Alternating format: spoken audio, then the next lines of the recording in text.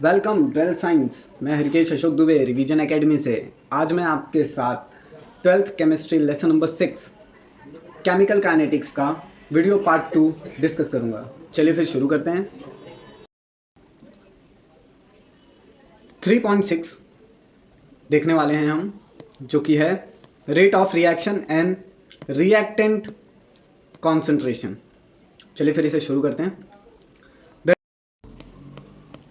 The rate of a reaction at a given temperature for a given time instant depend on the concentration of a reaction। कह रहे हैं कि मान लीजिए आप एक रिएक्शन कंसीडर करते हैं, उसका एक पर्टिकुलर टेम्परेचर है, दिया हुआ आपको टेम्परेचर है, दिया हुआ टाइम है, तो जो रेट ऑफ रिएक्शन वो इंस्टेंटली यानी एकदम इंस्टेंट जल्दी से वो डिपेंड करेगा सिर्फ कॉन्सेंट्रेशन ऑफ रिएक्टेंट के ऊपर। यानी इस वक्त जो आपका रेट ऑफ रिएक्शन है वो डिपेंड कर रहा है कॉन्सेंट्रेशन ऑफ रिएक्शन पे। Such rate concentration relation is the rate law। ऐसे रेट जो rate of reaction concentration of reactant के ऊपर डिपेंड करते हैं, उस चीज का जब हम रिलेशन देखेंगे तो उसे ही हम कहते हैं रेट लॉ। मान लीजिए अभी मैं आपके साथ डिस्कस करने वाला हूं 6.3.1 जो कि रेट लॉ है। कंसीडर करना है एक जनरल रिएक्शन। वो जनरल रिएक्शन क्या है? आपके पास यहाँ पे स्मॉल ए कैपिटल ए, ये आपका रिएक्टेंट है, ये आपका coefficient and this is your variable, ऐसे आपको मान के चलना है। तो यहाँ पे आपका reactant A small B into B, reactant B से रिएक्ट करता है तो आपको सी इंटू सी कॉन्सेंट प्रोडक्ट मिलता है एंड डी इंटू डी आपको दो प्रोडक्ट मिलते हैं। यानी आपका रिएक्शन क्या है कि यहाँ पे आपको मोलार कॉन्सेंट्रेशन ऑफ ए दिया है। ये जो स्मॉल ए है ये फिलहाल यहाँ पे मोलार कॉन्सेंट्रेशन ऑफ ए को रिप्रेजेंट कर रहा है and this is the molar concentration of B. When stoichiometric amount of A and B react, वो आपको देते हैं molar concentration of C and D देता है आपको मोलार कॉन्सेंट्रेशन ऑफ डी। आपको सी और डी दो प्रोडक्ट मिलते हैं। Now the rate of reaction at a given time is proportional to the molar concentration of a reactant at that time rise to a simple power, or rate of reaction is directly proportional to the molar concentration of A power x into molar concentration of B power y। और इन सारी चीज़ों को, मतलब ये जो rate of reaction है आप उसको रेट लिख सकते हैं। यहाँ पे आपको प्रोपोर्शनलिटी कांस्टेंट दिया हुआ है जिसको रिप्लेस करके आपको यहाँ पे K मिलेगा। यानी इस डायरेक्टली प्रोपोर्शनल को हटाने के लिए हमें प्रोपोर्शनलिटी कांस्टेंट K को लेना होगा। तो आपका जो ओवरऑल इक्वेशन बना वो क्या बना? Rate of reaction is equal to K into molar concentration of power x into molar concentration of B power y। ये हमारा 6.2 इक्वेशन बन गया है। मैंने जो ऊपर इक्वेशन लिखा है इस पूरे इक्वेशन को मैं इस फॉर्मेट में रिप्रेजेंट कर सकता हूँ। ओके, एंड ये क्या है? This is the rate of reaction. तो रेट ऑफ रिएक्शन को मैं रेट रिप्रेजेंट कर सकता हूं। नेक्स्ट, अब ये जो मुझे K मिला है, where K is the proportionality constant is called the rate constant. यहां पे जो आपका K है वो प्रोपोर्शनलिटी कांस्टेंट है, इसे रेट कांस्टेंट भी कहते हैं, which is independent of the concentration and varies with the temperature. ये जो K है प्रोपोर्शनलिटी कांस्टेंट यानी रेट कांस्टेंट, ये इंडिपेंडेंट है, यानी ये डिपेंड नहीं करता कॉन्सेंट्रेशन के ऊपर, बल्कि ये बदल जाता है जब टेम्परेचर बदलता है। Vary with the temperature. K बदलेगा कब? जब टेम्परेचर बदलेगा। For unit concentration of A and B K is equal to the rate of reaction. अगर मैं एक यूनिट कॉन्सेंट्रेशन देखूं A और B का, यानी पावर x का 1 है, y का 1 है, उस केस में A और B का कॉन्सेंट्रेशन जब 1 होगा तो K is equal to the rate of reaction. तो K किसके बराबर होगा? एग्जैक्टली रेट ऑफ रिएक्शन के ही बराबर होगा। इक्वेशन, ये वाला जो इक्वेशन है ये इसे हम कहते हैं डिफरेंशियल रेट लॉ। इस इक्वेशन को अब हमने एक नाम दे रखा है, this equation is also known as differential law. Differential law हम वीडियो के एंड में डिस्कस करेंगे। नेक्स्ट है, अब ये जो x और y है मेरे पास, the power of x and y of a concentration, term A and B in the rate law are not necessarily equal to the stoichiometric coefficient a and b appearing equation 6.1, जैसा आपको 6.1 में दिखाया गया है। यहाँ पे जो पावर आप x एंड y यूज करेंगे, यानी ये क्या है, पावर x एंड y, ये कॉन्सेंट्रेशन है आपका रिएक्टेंट a और रिएक्टेंट b का। रेट लॉ में ये ज़रूरी नहीं है कि ये इक्वल हो stoichiometric coefficient of a and b के, मतलब इट इज़ नॉट नेसेसरी कि a और b आपका ऑलवेज इक्वल हो, जैसा कि आपको इक्वेशन 6.1 में दिखाया गया है। Those x and y may be simple, whole number, zero or fraction. You have to realize that x and y are experimentally determined. कहा जा रहा है कि जो आपका x और y है ये आपका होल नंबर हो सकता है, ज़ीरो हो सकता है, कोई फ्रैक्शन हो सकता है, ओके। और ये समझना ज़रूरी है कि जो आपका x और y है ये एक्सपेरिमेंटली डिटरमाइन किया जाता है। जब आप एक्सपेरिमेंटली करके हम x और y के वैल्यूज को पता लगा सकते हैं। नाउ जो रेट लॉ हमें मिला है, the rate law in equation 6.2 is determined experimentally and expresses the rate law of a chemical reaction in terms of the molar concentration of the reactant and not predict from the stoichiometric of the reactant. जो हमें 6.2 equation में दिखाया गया है वो experimentally determine होगा, मतलब 6.2 में जो आपको मिलेगा वो एक्सपेरिमेंट करने पे मिलेगा। ये एक्सप्रेस करेगा केमिकल रिएक्शन को in terms of molar concentration, मतलब जो मैंने रेट का इक्वेशन रखा है वो केमिकल रिएक्शन को मोलार कॉन्सेंट्रेशन के फॉर्म में रिप्रेजेंट कर रहा है रिएक्टेंट के। ये प्रेडिक्ट नहीं करता stoichiometric of the reactant, it does not tell us about A और बी, जो आपको small A, small B, small C, small D, rate law से आपको उनके बारे में कोई इंफॉर्मेशन नहीं मिलेगी। स्टिचोमेट्रिक अमाउंट ऑफ रिएक्टेंट के बारे में नहीं पता चलेगा रेट ऑफ रिएक्शन से। The exponent x and y appearing in the rate law tell us for the concentration change affect the rate of reaction. जो एक्सपोनेंट हैं आपके x और y ये अपीयर होते हैं रेट लॉ में, जो हमें बताते हैं कॉन्सेंट्रेशन के बारे में, किस प्रकार से कॉन्सेंट्रेशन चेंज होने पे रेट ऑफ रिएक्शन पे इफेक्ट पड़ता है, उसके बारे में ये हमें बताते हैं। एक्स और वाई आपको कॉन्सेंट्रेशन ऑफ रिएक्टेंट बताते हैं, कैसे एक्स और वाई यानी किस तरीके से अगर आप कॉन्सेंट्रेशन ऑफ रिएक्शन को चेंज करोगे तो वो रेट ऑफ रिएक्शन को चेंज करेगा, वो हम देखेंगे। मान लीजिए अगर आपका x is equal to Y है और y इज इक्वल टू 1 है, तो ये आपको इक्वेशन नंबर 2.6 ही देगा, यानी आपका rate of reaction is equal to k into molar concentration of a into molar concentration of b होगा। ये जो इक्वेशन है ये इंप्लाई करता है, बताता है कि जो रेट ऑफ रिएक्शन है वो डिपेंड कर रहा है linearly on concentration of reactant of a and b। इस इक्वेशन से, इस रेट ऑफ रिएक्शन से मुझे ये पता चलता है कि जो मेरा रिएक्शन है वो concentration of a and b के ऊपर डिपेंड करता है। If either of concentration of a और b इज डबल, अगर मैं दोनों में से किसी एक का भी, a या b का, दोनों में से किसी एक का भी अगर कॉन्सेंट्रेशन डबल करता हूं तो the rate would be double. तो क्या होना चाहिए, रेट ऑफ रिएक्शन भी डबल हो जाना चाहिए।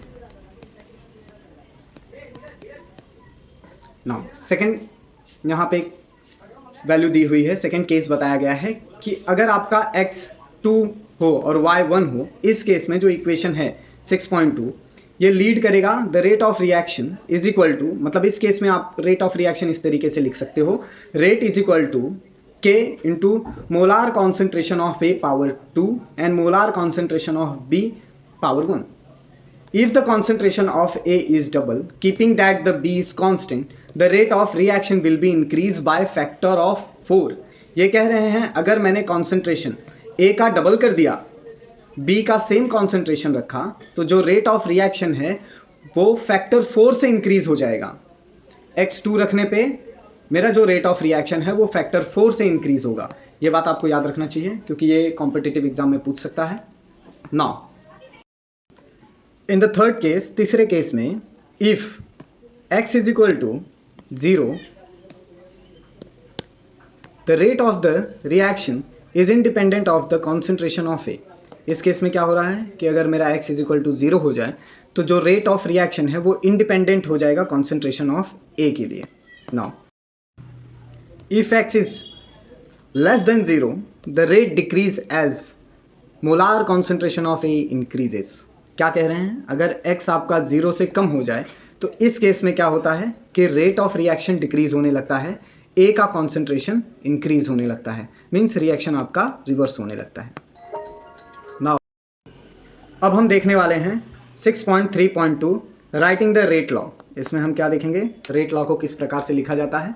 Now consider the reaction. मान लीजिए आपके पास एक रिएक्शन है जिसमें 2 moles of H2O2 gas, 2 moles आपका हाइड्रोजन पेरोक्साइड रिएक्ट होता है और आपको 2 moles of water as a liquid and 1 moles of the oxygen gas release करता है। इस केस में मुझे रेट ऑफ रिएक्शन कैसे लिखना है, यहाँ पे दिया हुआ है, if the rate of reaction is proportional to the concentration of H2O2 the rate law can be written by. इस केस में क्या हो रहा है, देखिए मेरे पास एक ही रिएक्टेंट है, इस तरफ मेरे पास एक ही रिएक्टेंट है। ये जो रिएक्टेंट है, रिएक्शन डायरेक्टली प्रोपोर्शनल होगा कॉन्सेंट्रेशन ऑफ द रिएक्टेंट के। इस केस में जो रेट ऑफ रिएक्शन है वो किसके प्रोपोर्शनल होगा, मेरे पास एक ही रिएक्टेंट है तो उसी रिएक्टेंट के कॉन्सेंट्रेशन के ऊपर डायरेक्टली प्रोपोर्शनल होगा मेरा रेट ऑफ रिएक्शन। तो रेट लॉ को मैं कुछ इस तरीके से लिख सकता हूं, यानी rate of reaction is equal to proportionality constant into molar concentration of H2O2 hydrogen peroxide. Now try this, बच्चों आप ये घर पे करने की कोशिश करना। फॉर द रिएक्शन आपको एक रिएक्शन दिया है जिसमें NO2 गैस रिएक्ट करता है CO के साथ, कार्बन मोनोऑक्साइड गैस के साथ, आपको NO गैस मिलता है and carbon dioxide gas release होता है। तो यहाँ पे सिंपली लिखा हुआ है, आपको बताना है बस, the rate of reaction is experimentally found to be proportional to the square of the concentration of NO2। जो रेट ऑफ रिएक्शन है वो एक्सपेरिमेंट करने पे पाया गया कि रेट ऑफ रिएक्शन प्रोपोर्शनल है square of the concentration of NO2 किसके साथ, and independent that of the carbon monoxide. Write the rate law कहा जा रहा है, तो कैसे लिखेंगे, rate is equal to, it means मैं रेट को R लिख लेता हूं K, और यहाँ पे फाइनल मुझे आंसर क्या मिलने वाला है। देखिए सबसे पहले उन्होंने क्या कहा है कि ये NO2 के स्क्वायर टाइम्स प्रोपोर्शनल है, ठीक है, एंड CO कार्बन मोनोऑक्साइड के साथ 0 टाइम्स प्रोपोर्शनल है। देखिए यहाँ पे लिखा हुआ है square of the concentration of NO2, तो यहाँ पे हमने रेट ऑफ रिएक्शन को स्क्वायर टाइम्स ज़्यादा ले लिया है और इंडिपेंडेंट है, मतलब CO2 का जो कॉन्सेंट्रेशन है वो 0 होगा यहाँ पे। नाउ तो अब इसको मैं कैसे लिख सकता हूँ, सिंपली मैं इस फॉर्मेट में लिख सकता हूँ, CO2 0 था तो मैं उसे निकाल सकता हूँ, तो मुझे क्या मिलेगा, R is equal to K NO2 square. आप एक बार घर पे करके देखिएगा, ट्राई दिस एट होम। हमने यहाँ पे एक इक्वेशन कंसीडर किया हुआ है, क्वेश्चन है 6.2 का, write the rate law for the reaction A plus B gives you P। हमें कहा जा रहा है कि रेट लॉ लिखना है रिएक्शन के लिए। रिएक्शन है मेरा, A रिएक्ट कर रहा है B के साथ और मुझे प्रोडक्ट P मिल रहा है फ्रॉम द फॉलोइंग डेटा। इस डेटा की मदद से, देखिए हम 2 मेथड हमारे टेक्स्ट बुक में दिए हुए हैं, तो हम यहाँ पे दोनों मेथड डिस्कस करने वाले हैं। तो पहले हम डेटा को देख लेते हैं। डेटा दिया हुआ है कि जो मोलार कॉन्सेंट्रेशन ऑफ A है वो दिया हुआ है मोल्स पर dm क्यूब पर सेकेंड इनिशियली, यानी इनिशियली आपका A का कॉन्सेंट्रेशन इतना था, B का कॉन्सेंट्रेशन इनिशियली इतना था, A एंड B स्टार्टिंग में आपको इतने दिए हुए थे, बाद में आपको प्रोडक्ट मिलता है इस कॉन्सेंट्रेशन में। ओके, होप सो आपने समझ लिया होगा। तो यहाँ पे ऑलरेडी एवरीथिंग आर गिवन, यहाँ पे दे रखा है कि इनिशियली जो मेरा A था 0.4 था, B 0.2 था और मुझे प्रोडक्ट 4 × 10⁻⁵ मिला। जब मेरा रिएक्टेंट 0.6 हुआ तब भी मेरा B 0.2 था और मेरा जो रेट ऑफ रिएक्शन था इनिशियली वो 6 × 10⁻⁵ हो गया। जब मैंने A के कॉन्सेंट्रेशन को 0.8 किया, B का कॉन्सेंट्रेशन डबल हो गया एंड एट दैट टाइम जो मेरा इनिशियल रेट ऑफ रिएक्शन था वो 3.2 × 10⁻⁴ हो गया, यानी rate of reaction slightly increase हो गया। क्लियर ना। अब इस इक्वेशन को हम सबसे पहले रेट लॉ में कन्वर्ट करके लेंगे, तो हमें क्या मिलेगा, rate is equal to K into molar concentration of A power X into molar concentration of B power Y। Above data से जो 1 एंड 2 है, जब भी इसमें molar concentration of A increase होगा बाय अ फैक्टर ऑफ 1.5, इस case में क्या हो रहा है कि जो आपका मोलार कॉन्सेंट्रेशन है ए का, वो फैक्टर 1.5 से इंक्रीज हो रहा है। अब ये फैक्टर 1.5 से कैसे इंक्रीज हो रहा है ये हम सेकेंड मेथड में देखेंगे। और बी को मैंने कांस्टेंट रखा है, बी इज कांस्टेंट, तो rate of reaction increases by factor 1.5। इस केस में क्या होगा कि जो रेट ऑफ रिएक्शन है वो 1.5 के फैक्टर से इंक्रीज हो जाएगा। It means rate is directly proportional to the molar concentration of A. इस केस में क्या हो रहा है, जो रेट ऑफ रिएक्शन है वो डायरेक्टली प्रोपोर्शनल है मोलार कॉन्सेंट्रेशन ऑफ ए के, और उस केस में x इज इक्वल टू 1 होगा। अब बी अगर मैं देखूं तो मुझे बी के लिए मिला है सेकेंड थिंग, अगर मैं गिवन टेबल में सेकेंड और थर्ड को देखूं तो उससे मुझे क्या पता चल रहा है, पहले हम वो इन्फॉर्मेशन जमा करते हैं। It can be seen that when concentration of A and B are double, ये पाया गया कि अगर कॉन्सेंट्रेशन ए और बी को डबल कर दिया गया तो रेट ऑफ रिएक्शन इंक्रीज होगा बाय फैक्टर 8। इस केस में जो रेट ऑफ रिएक्शन है वो फैक्टर 8 से डबल हो रहा है, इंक्रीज हो रहा है। Due to the doubling of molar concentration of A the rate is double. अब क्या हुआ कि मोलार कॉन्सेंट्रेशन ए रिएक्टेंट के कॉन्सेंट्रेशन को डबल करने पे रेट ऑफ रिएक्शन भी डबल हो गया। x is equal to 1, that is the rate increase by factor 2। अगर मेरा x 1 रहेगा तो फैक्टर 2 से इंक्रीज होगा। एंड इफ ये इंक्रीज, जैसे जैसे x की वैल्यू इंक्रीज होगी वैसे वैसे फैक्टर्स की भी वैल्यू इंक्रीज होती जाएगी। This implies that the doubling of b, इससे ये पता चलता है कि अगर मैं b को डबल कर दूं, रिएक्टेंट b को मैं 2 गुना ले लूं, तो जो रेट ऑफ रिएक्शन है increase by factor 4। My rate of reaction will increase by factor 4। B को डबल करने पे रिएक्शन 4 गुना तेजी से होगा। इसको आप ऐसे लिख सकते हो, rate of reaction is directly proportional to the molar concentration of B का स्क्वायर। वहां पे y इज इक्वल टू 2 है, तो ओवरऑल मेरा जो रिएक्शन का फॉर्मूला बना, देयरफॉर मैं कह सकता हूं कि जो मेरा रेट ऑफ रिएक्शन है वो इज इक्वल टू हो जाएगा k into molar concentration of a into molar concentration of b square. Now अब हम लोग 6.2 का अल्टरनेट मेथड देखते हैं, जिसमें जो रेट लॉ दिया हुआ है वो कुछ इस तरीके से दिया हुआ है। Rate law is equal to k into molar concentration of a power x and molar multiply by molar concentration of b power y। From the above observation, अभी जो हमें टेबल 1 में दिया है उसमें टेबल के अकॉर्डिंग 1 एंड 3 जो आपको सिनारियोज दिए हुए हैं, 1 एंड 2 के जो सिनारियोज हैं वो हैं 4 into 10 raise to power 5 which is equal to, यानी आपका रेट कांस्टेंट हो गया, this is your rate constant. Okay, rate यहाँ पे आपको x दिया हुआ है 0.4 इंटू पावर x यहाँ पे आएगा, a की वैल्यू 0.4 दे रखी है, b का आपको 0.2 दे रखा है एंड y की वैल्यू यहाँ पे हमें पुट करना है। सिमिलरली हम इक्वेशन 2 के लिए भी यही करेंगे। इक्वेशन 2 जो दिया हुआ है हम उसे रेट लॉ के फॉर्मेट में लिख लेंगे। रेट लॉ में वहाँ पे जो रेट का वैल्यू है वो है 6 into 10 raise to minus 5, a का वैल्यू दिया हुआ है 0.6, x पावर एच सच एंड b की वैल्यू है 0.2 and y power as such. Now क्या होता है कि अब हमें 2 इक्वेशन मिल गए, इक्वेशन 1 एंड 2, तो मैं क्या करूंगा, dividing equation 2 by 1 we have. Equation 2 को मैं इक्वेशन 1 से डिवाइड करूंगा तो देखिए मुझे क्या मिलता है। दिस इज माय इक्वेशन 2, ये मेरे इक्वेशन 2 का रेट इक्वेशन, ये इक्वेशन 1 का रेट इक्वेशन। इनको डिवाइड करने पे क्या मिला, नाउ 6 डिवाइड बाय 4 मुझे दे रखा है, तो हम क्या करेंगे, देखिए 6 2 के टेबल में 3 टाइम्स जाता है एंड 4 6 के टेबल में 2 टाइम्स जाता है। तो सिंपली मुझे एक और सिंपली इक्वेशन मिल गया, तो मैं लिख सकता हूँ 3 डिवाइड बाय 2, तो 2 बन जा 2, आंसर 1 आएगा 0.0 एंड 2 5 इज 10, तो मुझे ओवर ये 1.10 raise to minus 5 10 raise to minus 5 cancel हो जाएगा। मुझे यहाँ पे 1.5 मिला जिसको मैंने यहाँ लिख रखा है। अब इस केस में क्या हो रहा है कि ये दोनों कांस्टेंट थे, b टर्म हमारा कांस्टेंट था तो वो कैंसिल हो गया। इस केस में दोनों के पास x कॉमन है, तो x को मैंने आउटसाइड ले लिया और इनसाइड क्या लिया, 0.6 divide by 0.4 which is equal to, अब ये पूरा इक्वेशन किसके इज इक्वल टू हो गया है, 1.5 पावर x के, क्योंकि अगर आप इसे डिवाइड करोगे तो आपको आंसर यही मिलने वाला है एनी हाउ कंडीशन में। Okay, now hence x is equal to 1 मिलेगा। सेकंड केस देखते हैं। For the observation of 1 and 3, अब हम 1 एंड 3 को सेपरेटली देखेंगे रेट लॉ की मदद से।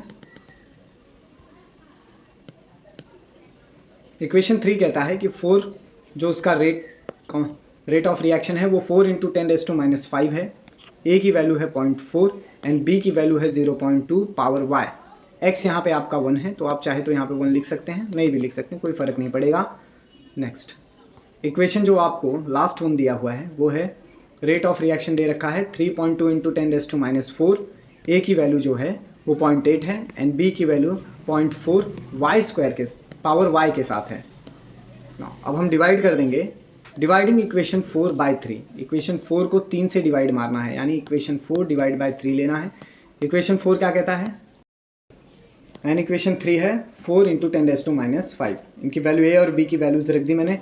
ना इस केस में क्या होगा, देखिए यहाँ पे इनको अगर मैं सिंप्लीफाई करने की कोशिश करूँ, इस केस में अगर मैं 3.2 को डिवाइड करूँ 4 से तो मेरा आंसर जो है 8 आता है, 0.8 आता है। पर यहाँ पे एक पावर के डिफरेंस के कारण देखिए इसमें से तो 4 कट जाएंगे, यहाँ पे -10 बचेगा, वो ऊपर जाएगा तो इससे मल्टीप्लाई होगा तो मेरा ओवरऑल आंसर 8 आएगा, जिसको मैंने यहाँ लिख रखा है। एंड अगर मैं 0.8 को डिवाइड करूँ 0.4 से तो आंसर 2 आने वाला है, यानी 4 2 8 होता है। एंड ये इक्वेशन को एज सच मैंने ले लिया, दोनों का पावर सेम था तो कॉमन पावर ले लिया है। अब क्या होगा, अगर मैं इनका स्क्वायरिंग फॉर्म देखूँ, ये कैंसिल होके 0.2 हो जाएगा। ओके, एंड अगर मैं इसे स्प्लिट करूँ तो मैं इसको 4 इंटू 2 के फॉर्मेट में लिख सकता हूँ, 4 इंटू 2 करूँ। अब क्या होगा कि यही 2 यहाँ पे भी आ जाएगा, पूरे इक्वेशन को अगर मैं मल्टीप्लाई बाय 2 करके देखूँ तो ये चला जाएगा, 0.2 हो जाएगा। तो मुझे ओवरऑल इक्वेशन क्या मिलेगा, 4 इंटू 2 का square and 2 times of y मिलेगा। तो मैं क्या कह सकता हूँ, therefore my y is equal to 2। इस केस में हमें y इज इक्वल टू क्या मिला, 2 मिला। Now the rate law is then become, अब इस केस में मुझे y इज इक्वल टू 2 मिल चुका है। रेट लॉ क्या होगा मेरा, rate is equal to k into molar concentration of A into molar concentration of B power 2। अब हम एक और क्वेश्चन देखने वाले हैं 6.3। फॉर द रिएक्शन, एक रिएक्शन है जिसमें 2 moles of NOBr gas react हो रहा है और मुझे 2 मोल्स ऑफ NO2 गैस दे रहा है प्लस Br2 गैस दे रहा है। तो यहाँ पे क्या हो रहा है, the rate law is, rate law क्या दिया हुआ है, यानी रेट लॉ मेरा सिर्फ इसके ऊपर डिपेंड है, इसके स्क्वायर के ऊपर डिपेंड है। ओके, यानी rate law is equal to k into molar concentration of reactant का square. If the rate of the reaction is 6.5 into 10⁻⁶ moles per litre, अगर rate of reaction 6.5 into 10⁻⁶ moles per litre है, per second है, when the concentration of NOBr is 2 into 10⁻³ moles per liter, what will be the rate constant for the reaction। यहाँ पूछा गया है, सारी values आपको दी रखी है, क्वेश्चन पूछा गया है कि रेट कांस्टेंट क्या होगा इस reaction.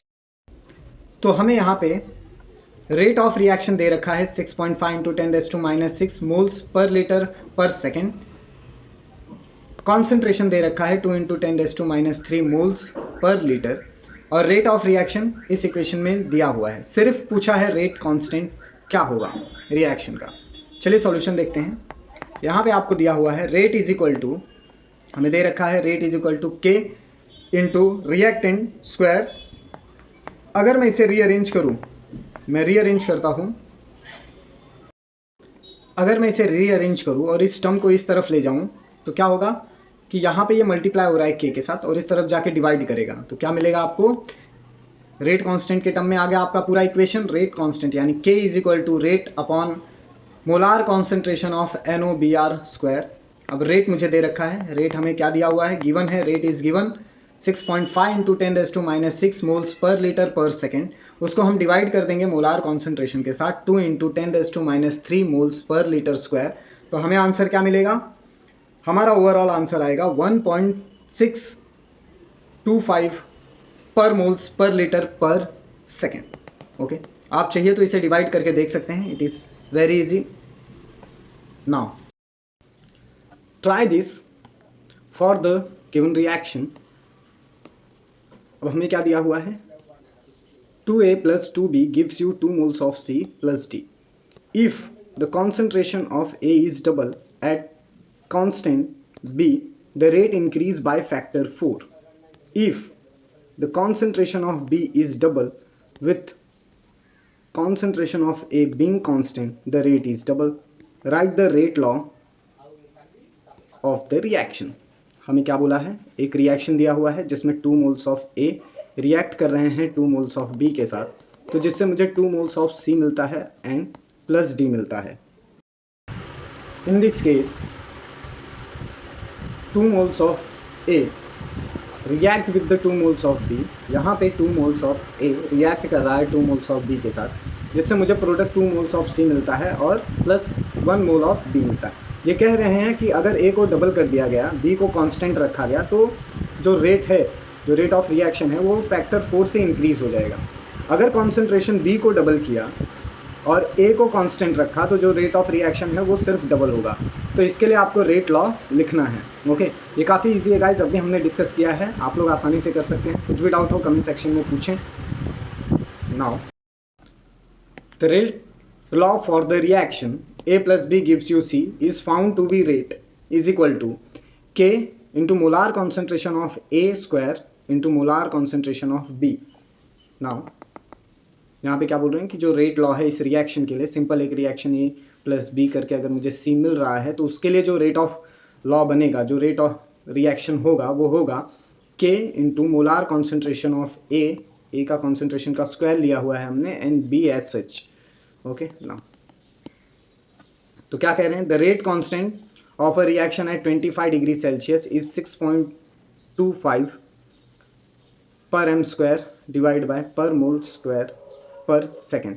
What is the rate of the reaction. अब रेट ऑफ द रिएक्शन क्या होगा. Now molar concentration of A is equal to 1 मोल पर dm क्यूब पर second and B is 0.2 moles per dm cube पर second. तो इसे आपको करके देखना है, घर पे ट्राई करके देखना है. If any doubt you can ask me on a comment section. Now अब हम देखेंगे 6.3.3 जो कि है हमारा order of the reaction. For the reaction small a into A and b into B. मान लीजिए आप मोल्स ऑफ A को B मोल्स ऑफ B के साथ रिएक्ट करते हो, तो आपको C मोल्स ऑफ C मिलता है plus D moles of D मिलता है. तो अगर if the rate of the reaction is given as, अगर मुझे रेट ऑफ रिएक्शन कुछ इस तरीके से दिया हुआ होगा, यानी rate is equal to K into molar concentration of A power X and molar concentration of B power Y. उस केस में क्या होगा, then the sum of X plus Y give you overall order of the reaction. इस case में अगर मैं X और Y को ऐड कर दूं, तो मुझे ओवरऑल ऑर्डर ऑफ रिएक्शन मिलेगा. ओके, ऑर्डर ऑफ रिएक्शन क्या है, वो मैं X प्लस Y को ऐड करके पता लगा सकता हूँ. नाउ दोस्त, the overall order of a chemical reaction is given as the sum of the power of the concentration term in the rate law expression. For example, अब ये जो ओवरऑल ऑर्डर है केमिकल रिएक्शन का, ये मुझे given है as the sum of the power. किस प्रकार से दिया है, सम ऑफ द पावर के फॉर्म में दिया है. किसका, ये कॉन्सेंट्रेशन के टर्म में होगा इन the rate law expression. Rate law के एक्सप्रेशन में ये कॉन्सेंट्रेशन के टर्म में होगा. इसका एक एग्जाम्पल कंसिडर करते हैं. For example for the reaction, अब मेरे पास एक रिएक्शन दे रखा है कि 2 moles of hydrogen peroxide gas आपको देता है 2 moles of water and 1 mole of oxygen यहाँ से रिलीज होता है. नाउ एक्सपेरिमेंटली अगर मैं एक्सपेरिमेंट करके डिटरमाइन करूँ रेट ऑफ लॉ को, तो वो क्या मिलेगा, rate is equal to K into H2O2 reactant. ये है मेरा फर्स्ट ऑर्डर ऑफ रिएक्शन. इसको मैं क्या कहूँगा, फर्स्ट ऑर्डर ऑफ रिएक्शन, क्योंकि ये सिर्फ रिएक्टेंट के कॉन्सेंट्रेशन के ऊपर ये रिएक्शन डिपेंड है. ओके, एक्सपेरिमेंटली अगर मैं डिटरमाइन करूं, if the experimentally determined rate law for the reaction, जो experimentally determination of rate law reaction से मिलता है, हाइड्रोजन अगर रिएक्ट कर रहा है आयोडीन गैस के साथ, hydrogen gas is reacted with the iodine gas, give you HI hydrogen iodide. Okay, 2 moles में. तो यहाँ पे जो रेट ऑफ रिएक्शन है वो इन दोनों के ही कॉन्सेंट्रेशन के ऊपर डिपेंडेंट है. तो मैं रेट क्या लिखूंगा, rate is equal to K into molar concentration of hydrogen into molar concentration of iodine. Okay, now अब क्या होगा, the reaction is the first order of reaction in H2 and I2 each and hence overall of a second order reaction. देखिए जब मैं इतने को लेता हूँ, रिएक्शन फर्स्ट ऑर्डर है, हाइड्रोजन के साथ भी और आयोडीन के साथ भी, तो अगर दो फर्स्ट ऑर्डर रिएक्शन इसको मैं एक साथ रखूँ तो वो मुझे सेकेंड ऑर्डर रिएक्शन दे देगा। तो ओवरऑल जो ऑर्डर ऑफ रिएक्शन है वो है सेकेंड ऑर्डर ऑफ रिएक्शन। ऐसे रेट लॉस को हम कहेंगे कि this is the second order of reaction. अब हम लोग देखने वाले हैं की point about the order of reaction. Order of reaction के क्या की पॉइंट्स हैं, चलिए देखेंगे। The order of chemical reaction is experimentally determined. Order of reaction को हम एक्सपेरिमेंटली डिटरमाइन कर सकते हैं। नाउ बी है, the order can be integral और fractional. Look at the reaction. जो ऑर्डर है हमारा वो इंटीग्रल भी हो सकता है और फ्रैक्शनल भी हो सकता है। इस रिएक्शन को देखने के बाद हमें पता चलेगा, यहाँ पे CH3CHO एसिटाल्डिहाइड जो कि गैसियस स्टेट में है वो मुझे CH4 देगा यानी मीथेन गैस देगा और कार्बन मोनोऑक्साइड की गैस देगा। The rate law for the reaction was found to be. अब जो रेट लॉ है इस रिएक्शन के लिए वो पाया गया है कि इसका रेट लॉ जो है वो हम लिख सकते हैं, rate is equal to K molar concentration of acetaldehyde, उसका जो पावर है वो फ्रैक्शनल है 3/2। The order of the reaction is 3/2। तो जो ऑर्डर है इस रिएक्शन के लिए वो 3/2 है। कहने का मतलब है कि हम तो जो पावर है रेट ऑफ रिएक्शन का वो यहाँ पे 3/2 दिया हुआ है। तो कहने का मतलब है कि इंटीग्रल या फ्रैक्शनल फॉर्म में भी आपको ऑर्डर मिल सकता है। नाउ यहाँ पे दिया हुआ है, the order of a reaction can be 0 for NO2 gas plus CO gas gives you product NO gas and CO2 gas. अब जो ऑर्डर ऑफ रिएक्शन है जो वो 0 भी हो सकता है, जैसे कि ये एग्जांपल मैंने लिया, नाइट्रोजन डाइऑक्साइड जब कार्बन मोनोऑक्साइड गैस के साथ रिएक्ट करता है तो वो नाइट्रोजन मोनोऑक्साइड देता है और कार्बन डाइऑक्साइड गैस रिलीज हो जाती है। The rate expression for this is, अब इसके लिए जो रेट एक्सप्रेशन है वो क्या है, K rate is equal to K into molar concentration of nitrogen dioxide and power 2. This show that the order reaction with respect to the NO2 is 2 and CO2 is 0, or the rate is does not depend or independent to the concentration of the CO. This overall order of the reaction is 2.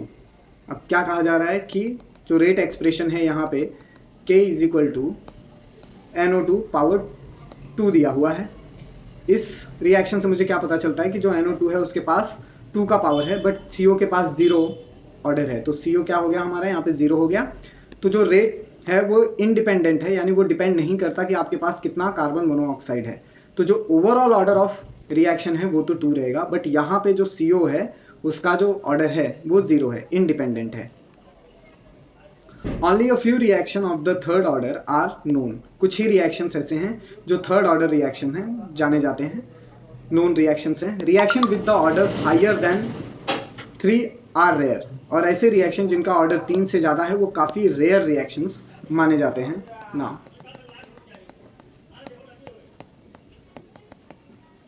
यहाँ पे हमने एक इसी के base question ले रखा है। यहाँ पे हमें क्वेश्चन दिया है 6.4, for the reaction 2 NO gas react with the 2 moles of the hydrogen gas give you 1 mole of nitrogen and 2 moles of water gas।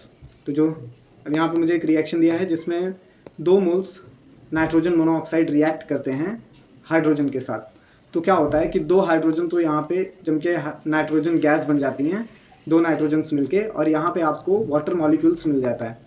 तो अब जो रेट लॉ आएगा इस इक्वेशन के लिए वो दोनों के ऊपर डिपेंडेंट हो गया। ठीक है, जितना आपके पास NO है, NO का पावर 2 है यानी दिस इज ट्वाइस, और हाइड्रोजन का पावर यहाँ पे 1 माना जाएगा, इसके ऊपर पावर 1 है, ऑर्डर इसका 1 है। What is the order with respect to the NO and hydrogen. यहाँ पे क्वेश्चन क्या पूछा है, क्या पावर ऑर्डर दिया हुआ है NO के लिए और हाइड्रोजन के लिए। What is the overall order of the reaction, और क्या ओवरऑल ऑर्डर होगा रिएक्शन का वो हम देखने वाले हैं। सॉल्यूशन ऑलरेडी क्वेश्चन में आंसर दिया हुआ है, बस हमें थोड़ा सा क्वेश्चन एनालाइज हमने ऑलरेडी कर लिया है। इन the rate law expression the exponent of the NO2 is 2। जो एक्सपोनेंट आपको मिला है NO2 के लिए, जो पावर की वैल्यू मिली है वो 2 मिली है, और हाइड्रोजन के लिए 1 मिला है। Hence the reaction is second order. तो हम इसको देख के क्या बोलेंगे कि जो रिएक्शन है वो मेरा सेकंड ऑर्डर रिएक्शन है फर्स्ट ऑर्डर इन हाइड्रोजन, यानी इसको देख के NO2 जो NO है उसका सेकंड ऑर्डर रिएक्शन है और यहाँ पे जो हाइड्रोजन है उसका फर्स्ट ऑर्डर है, तो जो रिएक्शन होगा overall is the third order reaction. तो ये है हमारा थर्ड ऑर्डर रिएक्शन, 2 + 1 बिकम 3, तो इसको मैं थर्ड ऑर्डर रिएक्शन बोल सकता हूँ। नाउ अब आप लोग इस रिएक्शन को ट्राई कर सकते हैं कि आपने ट्राइक्लोरोमीथेन ले लिया है, यानी क्लोरोफॉर्म लेके अगर आप उसको 2 मोल्स ऑफ क्लोरीन से रिएक्ट कराते हैं तो आपको कार्बन टेट्राक्लोराइड मिलेगा और HCl गैस रिमूव होता है। इट्स अ फर्स्ट ऑर्डर इन, ये क्या है, ये फर्स्ट ऑर्डर है किसके लिए, CHCl3 के लिए, एंड हाफ ऑर्डर है किसके, Cl2 के लिए। इसका आपको क्या करना है कि लिखना है रेट लॉ क्या होगा और ओवरऑल ऑर्डर ऑफ रिएक्शन क्या होगा। तो हमने सारी चीज़ें ऑलरेडी बता दी है, बस आपको इसको रेट इक्वेशन के फॉर्म में फ्रेम करना है, then you will get easily answer. एक और हमने यहाँ पे प्रॉब्लम डिस्कस किया है, the rate of the reaction A + B। अब आपको क्या करना है, रेट ऑफ रिएक्शन क्या है A + B का, जो आपको P दे रहा है 3.6 × 10⁻² मोल्स पर dm³ पर सेकेंड। तो A जो है यहाँ पे आपको दे रखा है कि 0.2 मोल्स पर dm³ है और जो B है वो मेरा 0.1 मोल पर dm³ है। कैलकुलेट करना है द रेट कांस्टेंट, हमें क्या कैलकुलेट करना है, रेट कांस्टेंट कैलकुलेट करना है if the reaction is the first order in A and second order in B। क्या कह रहे हैं कि अगर मेरा रिएक्शन A के लिए फर्स्ट ऑर्डर है और सेकंड के लिए B के लिए सेकंड ऑर्डर है, तो कैलकुलेट करके बताना है कि रेट कांस्टेंट क्या होगा रिएक्शन का, K की वैल्यू मुझे पता लगानी है इन शॉर्ट। तो अब हम यहाँ पे क्या कर लेंगे कि नाउ अब इस सवाल का जवाब देते हुए solution, the reaction is the first order in A and second order in B, has the rate law gives R = means rate of reaction is equal to K molar concentration of A power 1 and multiply by molar concentration of B power 2। तो अब मैं क्या करूंगा, इस पूरे equation को K के term में अरेंज कर लूंगा। तो ये जो मेरा A B है वो इज इक्वल टू के इस तरफ जाएगा तो डिवाइड कर देगा, रेट को डिवाइड करेगा और K के टर्म में मुझे इक्वेशन आ जाएगा। तो रीअरेंज करने के बाद मुझे मिला K = rate divide by molar concentration of A multiply by molar concentration of B का स्क्वायर। नाउ अब क्या होता है कि जो रेट है वो ऑलरेडी मुझे मेंशन है कि इट्स 3.6 × 10⁻² मोल्स पर dm³ पर सेकेंड। A का कॉन्सेंट्रेशन दे रखा है 0.2 मोल्स पर dm³, B 0.1 मोल पर dm³। अब हम क्या करेंगे, सारी वैल्यूज को इस इक्वेशन में पुट कर देंगे, रेट की वैल्यू रख दी, A एंड B की वैल्यू रख दिया। अब क्या होता है कि इसको सिंपली मुझे जो मैक्स का रिलेशन है वो फॉलो करके लेना है। तो इसको सॉल्व करने के बाद देखिए क्या होता है कि ये जो स्क्वायर है 0.1 का स्क्वायर आपको क्या मिलेगा 0.01, जो आपका मोल था वो मोल स्क्वायर हो गया, dm जो क्यूब था वो dm पर माइनस मतलब dm⁻⁻6 हो गया, सेकेंड यहाँ पे आ गया है पर सेकेंड, यूनिट मिल गई। नाउ अब क्या होगा, ओवरऑल इन टर्म्स को सॉल्व करने के बाद मुझे जो आंसर मिलता है वो 18 मोल (10⁻²) dm6 हो जाएगा और यहाँ पे आपको पर सेकेंड मिलेगा। ओके, नाउ अब यहाँ पे आपको अपना दिमाग लगाना है, use your brain power. The rate of the reaction is 2A + B gives you 2 times of C + D is 6 × 10⁻⁴ moles per dm³ per second when molar concentration of A is equal to molar concentration of B, which is equal to 0.3 moles per dm³. If the reaction is of first order in A and 0th order in B, what is the rate constant? क्या बोला गया है कि आपको एक यहाँ पे reaction दिया हुआ है जिसमें 2 मोल्स ऑफ A B से रिएक्ट करते हैं और आपको 2 मोल्स ऑफ C + D देते हैं। इसका जो रेट ऑफ रिएक्शन है वो आपको दे रखा है कि 6 × 10⁻⁴ मोल्स पर dm³ पर सेकेंड है। A और B दोनों ही बराबर हैं 0.3 मोल्स पर dm³ के। अगर जो रेट ऑफ रिएक्शन का फर्स्ट ऑर्डर है, A का फर्स्ट ऑर्डर है और 0th ऑर्डर है B का, तो रेट ऑफ रिएक्शन क्या होगा? बहुत ही सिंपल है गाइस, आप लोग आसानी से इसका आंसर फाइंड आउट करके दे सकते हैं। नेक्स्ट,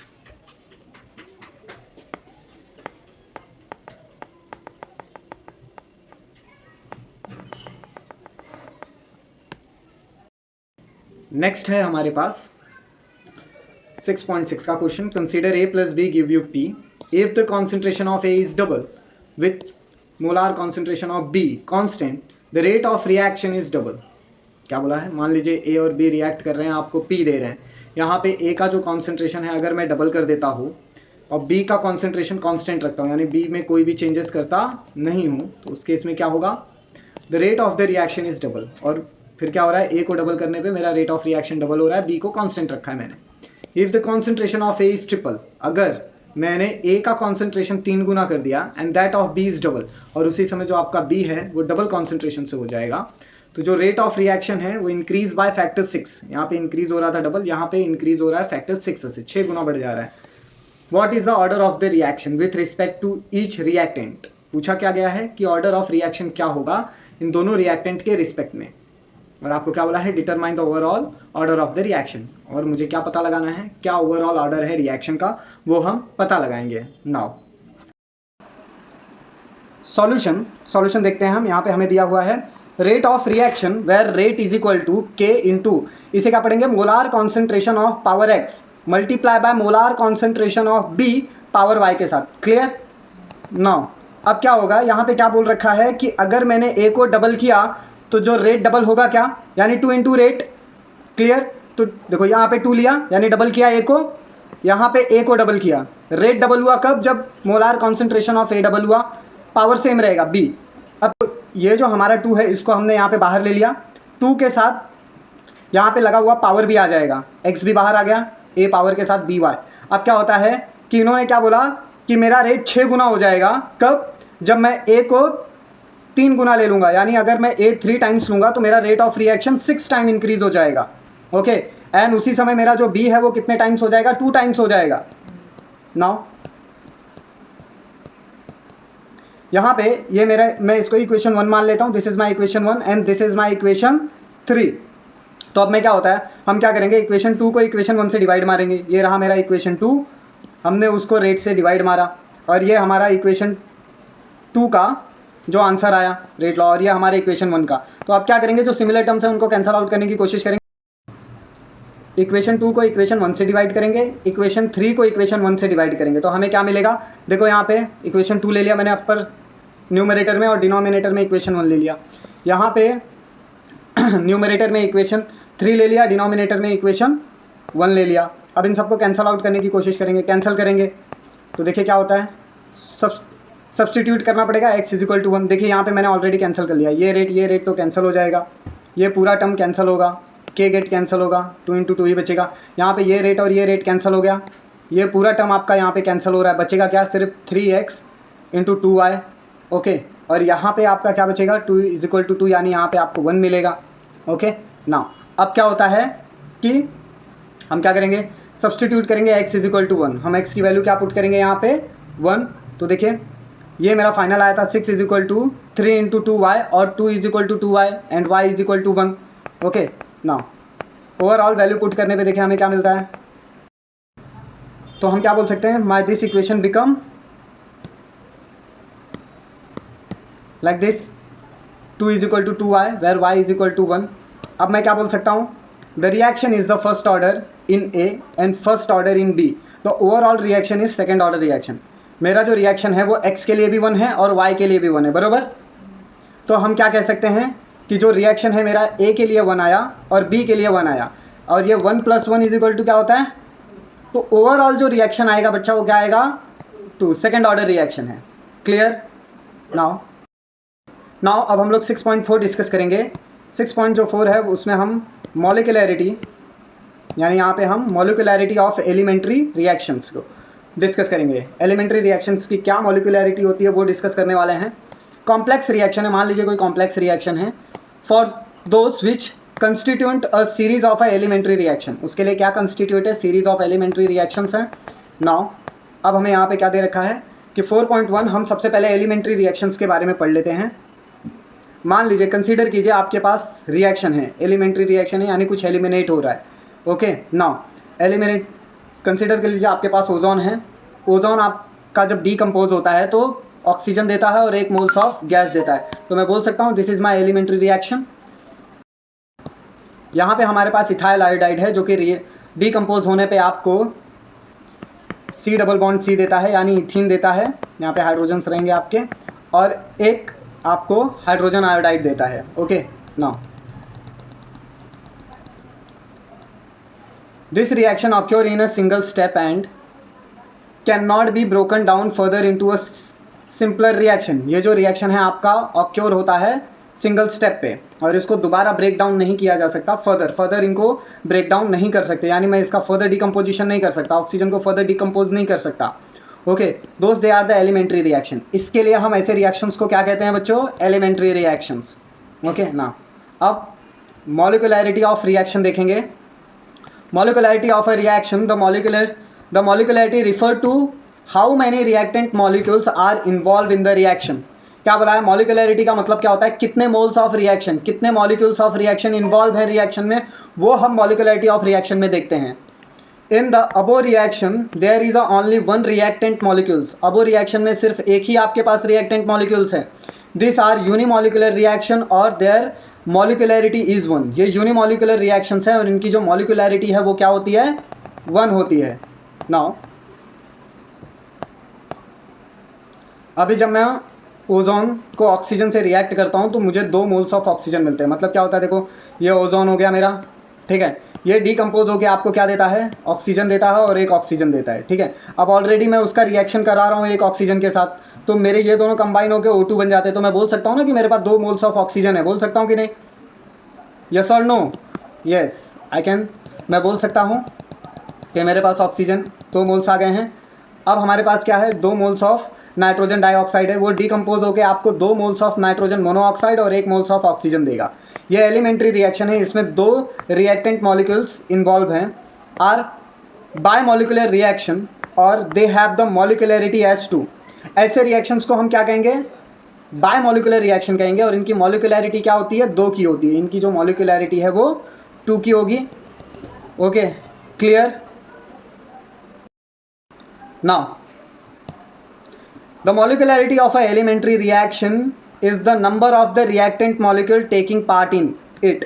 क्या बोला है? ये जो molecularity of elementary reaction होता है, इसमें क्या होता है? number of the reactant molecules, कितने number of reactant molecules उस reaction में take part कर रहे हैं वो हम देखते हैं। clear? now अब हम लोग डिस्कस करने वाले हैं order of molecularity of elementary reaction. क्या ऑर्डर है मॉलिक्यूलरिटी ऑफ एलिमेंट्री रिएक्शन को, वो डिस्कस करेंगे हम। तो हमारे पास है the rate law for the elementary reaction. अब रेट लॉ जो है इस एलिमेंट्री रिएक्शन, देखो ये हमारा एलिमेंट्री रिएक्शन है, एग्रीड? मानते हो? ये हमारा एलिमेंट्री रिएक्शन है। अब इस एलिमेंट्री रिएक्शन का रेट लॉ क्या है वो हमको पता लगाना है। हमें क्या पता लगाना है बच्चों? इस रिएक्शन का रेट लॉ क्या है वो हम पता लगाने की कोशिश। क्लियर? नाउ तो अगर मेरा 2 मोल्स ऑफ NO2 गैस मुझे देता है 2 मोल्स ऑफ NO2 और ऑक्सीजन देता है, तो it is found to be rate is equal to, तो क्या पाया गया है? इनका रेट क्या है? K is equal to NO2 2 times, okay, power 2, यानी रेट ऑफ रिएक्शन क्या है? K into molar concentration of nitrogen dioxide with power 2। The reaction is the second order and bimolecular reaction. इस रिएक्शन को मैं क्या बोलूँगा? देखो, एक तो ये सेकेंड ऑर्डर रिएक्शन है। रिएक्शन कैसा है बच्चों? सेकेंड ऑर्डर रिएक्शन है, और इसका जो मॉलिक्यूलैरिटी है, रिएक्शन का जो मॉलिक्यूलैरिटी है वो क्या है? बायमॉलिक्यूलर रिएक्शन है ये मुझे याद रखना है। This example are already mention. याद रखना है कि केमिकल काइनेटिक्स में वही रिएक्शंस के बारे में हम बता सकते हैं जिनको प्रैक्टिकली करके देखा गया है। तो इसे प्रैक्टिकली करके देखा गया है, तब हम ये डिस्कशन निकाले हैं कि ये सेकेंड ऑर्डर और बायमॉलिक्यूलर रिएक्शन है। तो आपको इस रिएक्शन के लिए ये स्टेटमेंट याद रखना चाहिए, the order of reaction is 2 and molecularity is also 2। तो इस रिएक्शन का ऑर्डर ऑफ क्या होगा? 2 होगा, और मॉलिक्यूलैरिटी ऑफ रिएक्शन भी क्या होगा? 2 होगा। Now for the elementary reaction, अब ये जो हम एलिमेंट्री रिएक्शन देख रहे हैं जिसमें इथाइल आयोडाइड गैस के फॉर्म में जो है वो मुझे इथीन देता है और हाइड्रोजन आयोडाइड रिलीज करता है, तो इसका जो रेट ऑफ रिएक्शन आया है वो कुछ इस तरीके से है। Rate of reaction is equal to molar concentration of a reactant. ये यूनिमॉलिक्यूलर रिएक्शन है। ये कैसा रिएक्शन है मेरा? This is a unimolecular reaction. ये फर्स्ट ऑर्डर रिएक्शन है। इसका ऑर्डर ऑफ मॉलिक्यूलरिटी मे और मे नॉट बी सेम। इसका ऑर्डर ऑफ मॉलिक्यूलरिटी सेम भी हो सकता है, नहीं भी सेम हो सकता है। ये रिएक्शन के ऊपर, रिएक्शन के कंडीशंस के ऊपर डिपेंड करेगा। ओके, पर फिलहाल हम क्या याद रखेंगे कि it is a unimolecular and first order. ये क्या है? हाँ, however the order and molecularity of reaction may be same और नॉट। तो ऑर्डर और मॉलिक्यूलरिटी सेम भी हो सकता है और सेम नहीं भी हो सकता किसी और रिएक्शंस के लिए। ओके ना, अभी हम रेट डिटरमाइनिंग स्टेप्स के बारे में पढ़ेंगे, यानी आरडीएस। रेट डिटरमाइनिंग का शॉर्ट फॉर्म क्या आता है बच्चों? आरडीएस। क्या लिखेंगे हम इसे बोल के? RDS, rate determining steps. Okay, now a number of a chemical reaction are complex. ज़्यादा करके जो केमिकल रिएक्शन होते हैं वो क्या होते हैं बच्चों? कॉम्प्लेक्स होते हैं। Number of the reactions are complex. They take place in a series of elementary steps. ये कहाँ पे टेक प्लेस करते हैं? नंबर ऑफ एलिमेंट्री स्टेप्स में टेक प्लेस करते हैं। ओके, नाउ दो स्टेप्स इज स्लो। अब ये स्टेप्स क्या हो सकते हैं बच्चों? स्लो भी हो सकते हैं। This steps is slow than other. ये जो स्टेप्स होते हैं ये क्या होते हैं बच्चों? स्लो होते हैं अदर के कंपैरिजन में। The slowest step is the rate determining step. तो जो आरडीएस होता है वो एक स्लो स्टेप होता है। स्लो स्टेप को ही हम रेट डिटरमाइनिंग स्टेप कहते हैं। तो इतना आप लोग को हमेशा याद रखना है, slow step is rate determining step. The slowest step determines the rate of overall reaction. जो स्लो स्टेप रहता है वही डिटरमाइन करता है कि क्या ओवरऑल ऑफ रिएक्शन मिलेगा। ना, मान लीजिए आपके पास 2 moles of NO2 chlorine gas है, जो कि आपको 2 मोल्स ऑफ NO2 गैस देता है प्लस क्लोरीन गैस देता है। ओके, ना अब हम क्या करेंगे? The reaction take place in 2 steps. अब हम ये जानेंगे कि ये रिएक्शन कितने स्टेप्स में हो रहा है। This reaction are taking place in 2 steps. पहला स्टेप में क्या होगा? जो NO2Cl है, गैस है, K1 means your first step. उसमें क्या होगा? NO2 में से क्लोरीन गैस बाहर निकल जाएगा। तो ये जो क्लोरीन गैस का रिमूवल है, एलिमिनेशन है क्लोरीन का, ये स्लो होता है। What is this? Is a very slow step. Now अब क्या होगा सेकंड स्टेप में कि जो NO2 है, NO2Cl, उसमें क्या होता है? क्लोरीन ऐड होता है। हाँ, तो NOCl2 ये फास्ट स्टेप है। मतलब NO2 में से क्लोरीन निकलना it is a very slow step. लेकिन NO2Cl रहेगा, उसमें मैं क्लोरीन डालूँ तो ये K2 यानी फास्ट स्टेप। रेट कांस्टेंट बता रहे हैं, यहाँ का रेट कांस्टेंट K1 है, यहाँ का रेट कांस्टेंट K2 है, और ये फास्ट स्टेप होगा। क्लियर? क्या दिया हुआ है नाउ? तो जो ओवरऑल ऑफ द रिएक्शन आएगा, अब मैं इन दोनों रिएक्शन का ओवरऑल देखता हूँ। ठीक है, तो मुझे ओवरऑल क्या मिलेगा? मेरे पास 2 मोल्स आ गए NO2Cl के 2 मोल्स आ गए। क्लियर? अब ये क्लोरीन और ये क्लोरीन कैंसिल हो गए, बरोबर। मेरे पास 2 मोल्स आ गए NO2 के। क्लियर? और ये जो एक क्लोरीन बचा उसको मैंने यहाँ पर लिख दिया। तो मैं बोल सकता हूँ this is my overall of the reaction. The first step begin slower than the second step itself, rate determining step. क्या बोला है कि जो फर्स्ट स्टेप है वो स्लोली होता है, किसके कंपैरिजन में? सेकेंड स्टेप के कंपैरिजन में। इसके लिए जो हमारा फर्स्ट स्टेप है वो क्या है? रेट डिटरमाइनिंग स्टेप है। क्लियर? होप सो गाइस आप लोगों को समझ में आया होगा। नहीं समझ में आया हो तो आप मुझे कमेंट सेक्शन में पूछ सकते हैं। Let's see. The first step बिगेन slower than the second itself is a rate determining step.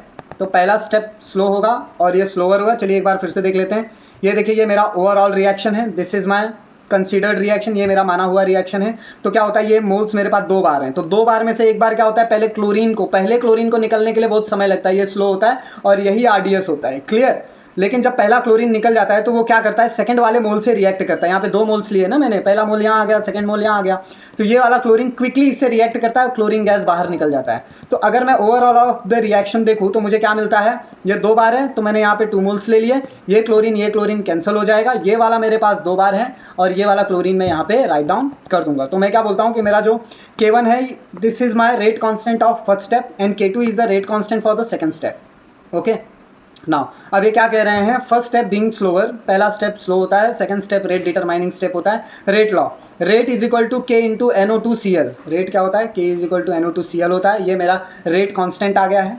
Now तो अब मैंने रेट लॉ के फॉर्म में भी मेरे इक्वेशन को रिप्रेजेंट कर दिया, यानी मेरा जो रेट ऑफ रिएक्शन है वो सिर्फ रिएक्टेंट के कॉन्सेंट्रेशन के ऊपर ही डिपेंडेंट है। This also represent the rate law of the overall reaction. ये और क्या रिप्रेजेंट कर रहा है? ओवरऑल रेट ऑफ रिएक्शन को रिप्रेजेंट कर रहा है। कौन? Rate law. द रिएक्शन दोस्त is of the first order. और तो मेरा क्या है? रिएक्शन फर्स्ट ऑर्डर है। मेरा रिएक्शन कैसा है बच्चों? फर्स्ट ऑर्डर ऑफ रिएक्शन है। नाउ अब हम रिएक्शन इंटरमीडिएट के बारे में पढ़ेंगे बच्चों। क्या होता है रिएक्शन इंटरमीडिएट? चलिए देख लेते हैं। In the above reaction chlorine is found in the first step and consume in the second step.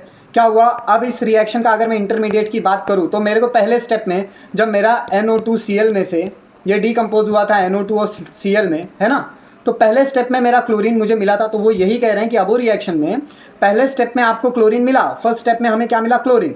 लेकिन सेकंड स्टेप में जब वो दूसरे NO2Cl के साथ जाता है रिएक्ट होने के लिए, तो NO2 मिलता है और Cl2 मिल जाता है, बरोबर। तो सेकेंड स्टेप में तो वो क्लोरीन कंज्यूम हो जाता है। सेकेंड स्टेप में क्या होता है बच्चों, क्लोरीन गेट कंज्यूम्ड। तो क्या होता है, such species represent the reaction intermediate, यानी ये क्लोरीन क्या हो गया मेरा इंटरमीडिएट। ऐसे स्पीशीज को हम रिएक्शन इंटरमीडिएट कहते हैं। The consumption of a reaction intermediate does not appear in the rate law. तो क्या होता है, देखो हमारा क्लोरीन दोनों बाजू से कैंसिल हुआ था, है कि नहीं। तो क्लोरीन को हमने दोनों बाजू से कैंसिल किया था, यानी हमने इंटरमीडिएट दोनों ही जगह से निकाल दिया था। तो ये क्या कह रहे हैं कि ऐसे रिएक्शंस में इंटरमीडिएट रेट लॉ में अपीयर नहीं होता। The concentration of a reaction intermediate, यानी रिएक्शन इंटरमीडिएट का कॉन्सेंट्रेशन वो कभी भी रेट लॉ में अपीयर नहीं होगा। तो ये आप लोगों को हमेशा याद रखना है ना। अब हम देखेंगे distinction between the order and the molecularity of reaction, यानी डिस्टिंग्विश बिटवीन देखेंगे ऑर्डर क्या होता है रिएक्शन का और मॉलिक्यूलरिटी ऑफ रिएक्शन क्या है। चलिए यहाँ पे हमने स्टेप वाइज कंसीडर करके रखा है। अगर मैं ऑर्डर की बात करूँ, it is a exponential determined property. ये एक्सपोनेंटली डिटरमाइंड होने वाली प्रॉपर्टी होती है ऑर्डर। इट इज़ थेरोटिकली, और जो मॉलिक्यूलरिटी है उसे हम थेरोटिकली एंटिटी बोल सकते हैं, यानी ये थेरोटिकली स्पीशीज होता है।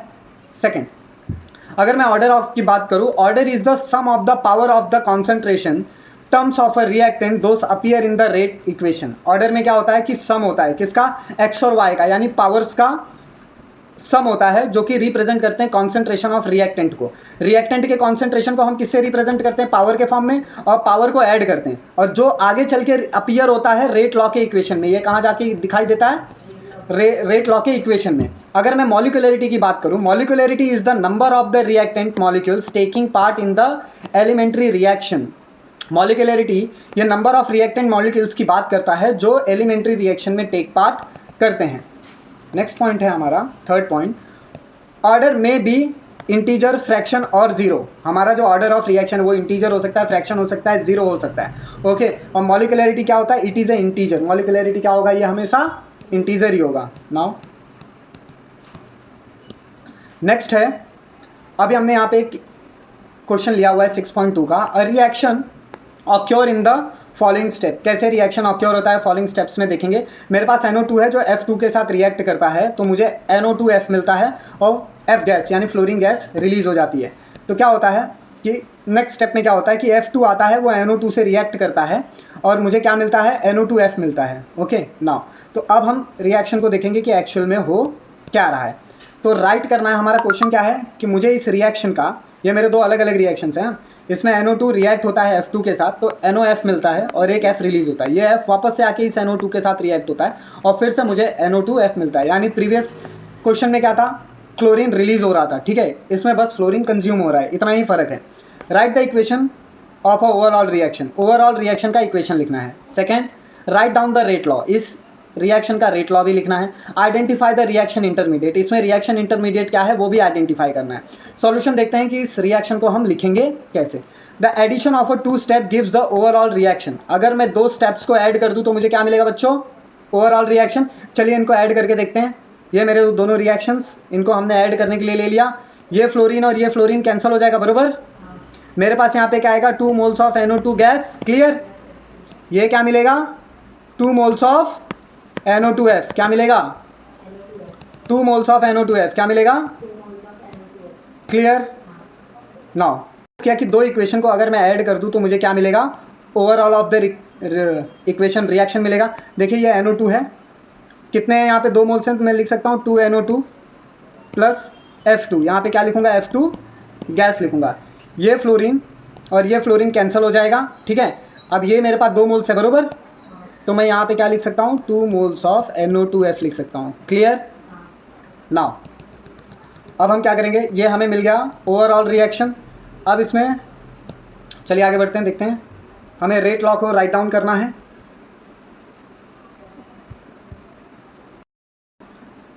Thus our overall reaction is 2 NO2 react with the 2 moles of the fluorine gas give you 2 moles of NO2F।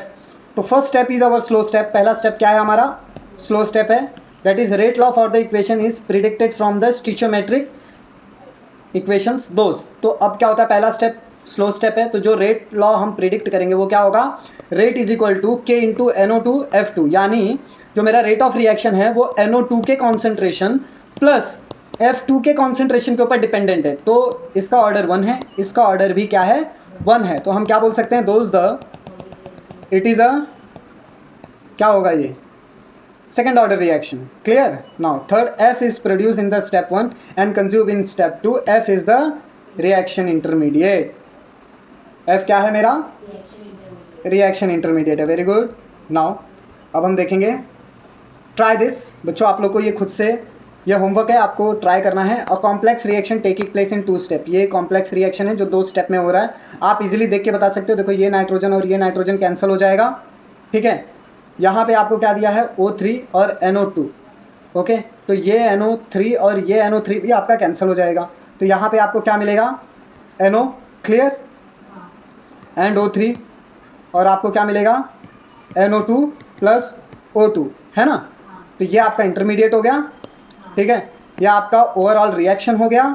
Rate law आपको बताना है. रेट लॉ क्या होगा, वो आपके लिए होमवर्क. रेट लॉ आप करके आएंगे. The predict the rate law. अब इसका रेट लॉ यहाँ पे ऑलरेडी प्रिडिक्टेड है कि ये क्या है, overall reaction. Rate of reaction is equal to K NO2 and O3. Identify करना है rate determining step. Which one is the rate determining step, first step और सेकेंड स्टेप. आपको बताना है कौन सा स्टेप रेट डिटरमाइनिंग स्टेप है. विच one is the rate determining step, ये आप लोग मुझे बताएंगे. Right the overall reaction. इस रिएक्शन का हमने ओवरऑल लिख दिया है already.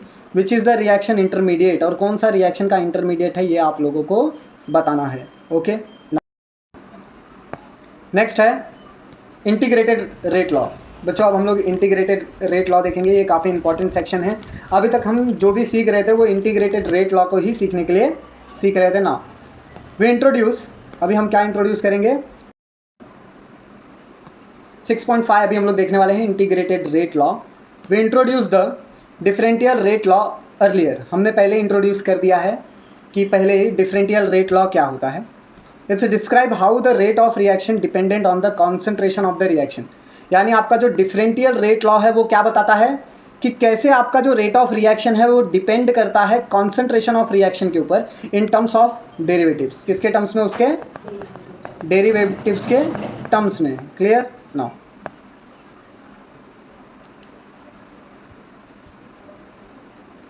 The differential rate law are converted into integrated rate law. ये जो डिफरेंशियल रेट लॉ है इसको किस में कन्वर्ट किया जाता है, रेट लॉ में. This tell us the concentration of reactant for different time. Integrated rate law में क्या होता है कि ये कन्वर्ट होता है किसमें, डिफरेंशियल रेट लॉ ही किस में कन्वर्ट होता है बच्चों, इंटीग्रेटेड रेट लॉ में. और ये हमें बताता है कि अलग अलग समय पे, क्या बताता है, अलग अलग समय पे अलग अलग टाइम इंटरवल में what is the concentration of a reactant. Reactant का कॉन्सेंट्रेशन क्या था वो अलग अलग टाइम पे वो हमें इंटीग्रेटेड रेट लॉ बताता है. Clear? Now integrated rate law for the first order reaction in solution. जो इंटीग्रेटेड रेट लॉ होता है फर्स्ट ऑर्डर ऑफ रिएक्शन का सॉल्यूशन में देखते हैं. Consider the first order reaction. सबसे पहले हम मान लेते हैं कि हमारे पास एक फर्स्ट ऑर्डर रिएक्शन है. Okay, A gives you product. अब ये जो हमारा फर्स्ट ऑर्डर रिएक्शन है उसमें क्या हो रहा है बच्चों, ए आपको जो अबो रिएक्शन के लिए रेट लॉ आएगा, डिफरेंशियल रेट लॉ क्या था, rate is equal to minus rate of change of molar concentration of A with respect to the dt and it's give you k times k into molar concentration of A. ये हमारा equation 6.4 है. Where is the concentration of reactant at time t. ये क्या बोल रहा है, ये जो a है ये कॉन्सेंट्रेशन है a का टाइम t में. रीअरेंज करेंगे इक्वेशन 6.4. अभी हम रीअरेंज करते हैं इक्वेशन 6.4 को, तो हमें देखिए क्या मिलता है, ये रहा हमारा इक्वेशन 6.4. इसको हम रीअरेंज करने की कोशिश करेंगे. देखिए हमें क्या मिलता है, ये जो dt है वो इस k के पास जाएगा. क्लियर? और ये जो a है वो आके इसको डिवाइड करने की कोशिश करेगा, डिवाइड करेगा. यानी मेरे पास रीअरेंज करने के बाद क्या आया, rate of change of molar concentration of a यानी d into molar concentration of a divide by molar concentration of a is equal to minus k times of dt. ये क्या हो जाएगा, minus k times of dt. ना ये equation बन गया हमारा 6.5. अब नेक्स्ट क्या है हमारे पास, a not be the initial concentration of the reactant. A not क्या है बच्चों, हमारा इनिशियल कॉन्सेंट्रेशन है ए का जब टाइम हमारा 0 था. सपोज कुछ समय बाद आफ्टर टाइम t यानी A tends to time t the concentration of A is at time t. ये क्या है, ए टी मतलब molar concentration of A with respect to the time. Time कुछ समय बाद जो कॉन्सेंट्रेशन था ए का वो क्या हो गया है, चेंज हो गया है। ओके नाउ यानी टी नॉट पे ए का कॉन्सेंट्रेशन कितना था और टाइम टी पे ए का कॉन्सेंट्रेशन कितना था, वो हमने दो अलग अलग वैल्यूज ले ली हैं। ठीक है, तो इक्वेशन 6.5 क्या कहता है कि इंटीग्रेटेड बिटवीन द लिमिट्स, ये अपने लिमिट्स में इंटीग्रेट होगा। Molar concentration of A is equal to A naught at time T, यानी ये बोल रहा है ए मेरा उतना ही था जितना मेरा स्टार्टिंग में था, जब मेरा टाइम टी जीरो था तो एक्चुअल कॉन्सेंट्रेशन था वो क्या था, इनिशियल कॉन्सेंट्रेशन था। क्लियर। नाउ ए क्या होता है, ए मेरा बरोबर है आफ्टर टाइम टी, कुछ समय टी बाद भी जो कॉन्सेंट्रेशन था वो क्या था, 80 था। अब हम क्या करेंगे, इस टर्म को इंटीग्रल फॉर्म में ले लेंगे। कैसे ले लेंगे बच्चों, हाँ इंटीग्रल, देखो मैंने यहाँ पे इसको इंटीग्रल फॉर्म में ले लिया है। तो हमारा लाइन ऐसे जाएगा, molar concentration of A at time T not to molar concentration of A at time T, यानी D into D molar concentration of A divide by A which is equal to minus के T not to T D T. ये किसके बराबर है पूरा equation मेरा, हाँ minus k, हाँ integral 0 to t at time d t. अब ऑन इंटीग्रेशन, जब मैं इसका इंटीग्रेशन करूंगा तो देखो 0 - 1 हो जाएगा। क्या हो जाएगा, अगर मैं इसको इंटीग्रल फॉर्म में ले लूँ, मैं इसको यहाँ पे इंटीग्रल फॉर्म में ले लेता हूँ, तो integration of A molar concentration of A, concentration eight T0 and concentration eight T not, तो यहाँ पे भी मुझे के डी टी के लिए भी T नॉट टाइम 0 से टाइम T तक ट्रैवल करना पड़ेगा। ओके यहाँ तक क्लियर है ना। अब हम क्या करेंगे, इसको माइनस कर लेंगे इंटीग्रेशन में। देखो क्या होता है, T में से फाइनल माइनस इनिशियल कर लिया हमने। अब यहाँ पे T का भी करेंगे लेकिन 0 - T, तो आंसर क्या आने वाला है बच्चों, T ही आने वाला है। तो हमने ऑलरेडी यहाँ पे T लिख रखा है। अब इंटीग्रल में माइनस आता है तो वो क्या करता है, डिवाइड करता है।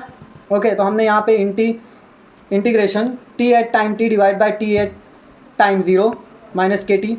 अब क्या होता है इसमें कांस्टेंट अगर मैं देखूँ तो क्या आता है, के फॉर्म में अगर मैं लूँ तो ये जो T है वो मेरा इज इक्वल टू की इस तरफ आएगा, आएगा कि नहीं आएगा, जैसे इज इक्वल टू के इस तरफ आएगा। ओके तो क्या हो जाएगा 1/t integral of T naught by T। क्या होता है, ये माइनस का साइन दिख रहा है आप लोगों को, ये माइनस का साइन रिमूव करने के लिए मैं क्या करूँगा, इसको T को नीचे ले लूँगा यानी रेसिप्रोकल करूँगा। जैसे ही मैं रेसिप्रोकल करूँगा वैसे ही क्या होगा, माइनस का साइन रिमूव हो जाएगा। क्लियर। तो यहाँ पे K मेरे को पॉजिटिव मिल गया, 1/t into t naught by concentration of T at 0 and concentration of T at time T मिल गया। क्लियर। तो ये मेरा इक्वेशन 6.6 हो गया। एंड यहाँ पे हमें एक नया इक्वेशन मिला, K is equal to 1/t integral of molar concentration of A at time 0 divide by molar concentration of A at time T।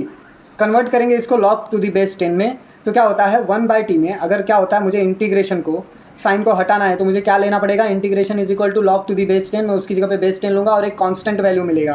Constant value क्या मिलता है 2.303। कांस्टेंट वैल्यू क्या मिलता है बच्चों, हाँ तो मैं ये इंटीग्रेशन को हटाऊंगा और उसकी जगह पे log 2.303 लिखूंगा। तो वही मैंने यहाँ पे किया है, इतना याद रखना है, जब भी इंटीग्रेशन हटेगा log टू दी बेस 10 2.303 आपको कांस्टेंट लेना है। तो ये मुझे एक नया इक्वेशन मिल गया 6.7। Clear.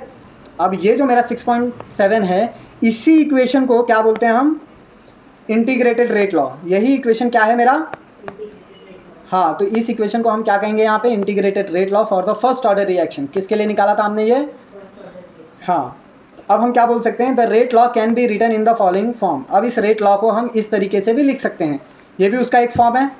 Clear. As per requirement हम इसके फॉर्म्स को लिख सकते हैं।